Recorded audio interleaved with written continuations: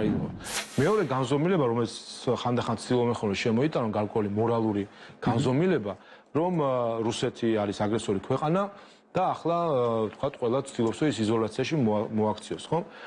შესაძლოა ვინმესთვის რუსეთი როგორც აგრესორი ქვეყანა დაიწყო 2022 წლის 24 თებერვლიდან და წელთაღრიცხვა რუსეთის აგრესორობისა აქედან იწყება. საქართველოს წლებით ადრე მიხვდა ამას თუ რა როლი აქვს რუსეთს საერთაშორისო პოლიტიკაში და მათ შორის საქართველოსთან მიმართებით მინიმუმ 2008 წლის შემდეგ ჩვენ ვიცით რომ რუსეთი სწორედაც რომ აგრესორია და ოკუპირებული აქვს ჩვენი ტერიტორიები და ცოტა უფრო იქით 90-იანი წლებიდანაც გვაქვს ეს გამოცდილება. ამიტომ მორალური პედესტალიდან საუბარი საქართველოსთან იმასთან დაკავშირებით თუ ვინ არის რუსეთი და რა ხდება და როგორი პოლიტიკა აქვს არ მგონია რომ რომელიმე ქვეყანას კონდეს ამაზე პრეტენზია რომ საქართველოსთან კონდეს მორალური პედესტალიდან საუბრის შესაძლებლობა. თუ კი შევხედავთ მათ შორის აი სამწუხაროდ ჩვენივე შიგნით ოპოზიცია და ზოგიერთი NGO მაგალითად ეკონომიკურ ურთიერთობებზე როცა საუბრობს და აქ რომ ცდილობს რომ ყველანაირად ცილი დასწავლოს ჩვენ ქვეყანას ბრალდებები გარედან და შიგნით იწკოს ხდება რაღაც გვერდისავლით ვაჭრობა და ასე შემდეგ გარიგებები მარტივ ციფრებს რო შევხედოთ, ხო?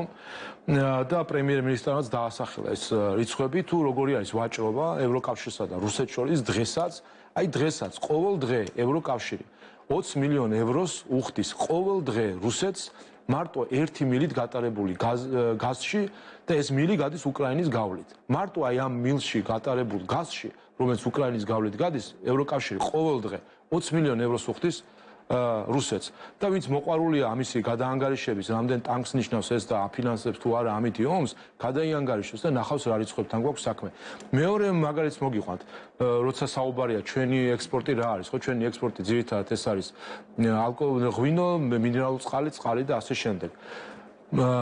ევროკავშირიდან რუსეთში ყველაზე დიდი ექსპორტიორი არის ლატვია.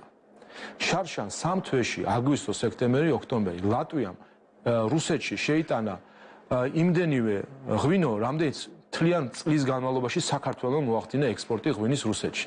აი ხა საზოგადოებამ შეადაროს რასთან გვაქვს საქმე, როდესაც ლატვია, რომელიც არ გამოირჩევა მაინც და მაინც ვფიქრობ მე ღვინის წარმოებით, საქართველოს ოდენობის ექსპორტს მხოლოდ 3 თვეში აწარმოებს რუსეთში და აქ როდესაც ამიტომ მინდა მე ხაზი გაუსვა ამას, როდესაც აქ მორალური პედესტალიდან ხდება საქართველოს მიმართ პრეტენზიების წაყენება ქვეყნის შიგნიდან იქნება თუ ზოგიერთი გარე პოლიტიკოსიდან თითქოს საქართველოს რაც ვაჭრობს, ხელს ითფობს და ასე შემდეგ და დღეს იყოს სხვა შორის ბორელის განცხადება ამასთან დაკავშირებით, ყველამ ჩახედოს საკუთარ ქვეყანას და საკუთარ კომპანიებს, რას ეკეთებენ ისინი და როგორ ვაჭრობენ რუსეთთან ან არ ვაჭრობენ რუსეთთან. რაც შეეხება საქართველოს რაც ქონდა პოლიტიკა რუსეთის მიმართ, რომელიც ჩვენთვის 2022 წლის 24 თებერვლამდე ცნობილი იყო, რომ ის გახლავთ ქვეყანა, რომელიც აგრესიულ ომს აწარმოებს მეზობელ ქვეყანასთან, იქნებოდა ეს უკრაინა ყირიმის პერიოდის თუ საქართველოს 2008 წლის პერიოდი.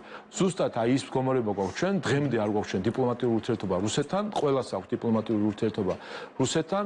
ასე რომ ვფიქრობ, რომ კიდევ ერთხელ მორალური პედესტალიდან საქართველოსთან საუბრის პრეტენზია არ მგონია ვინმე კომუნიკაციაზე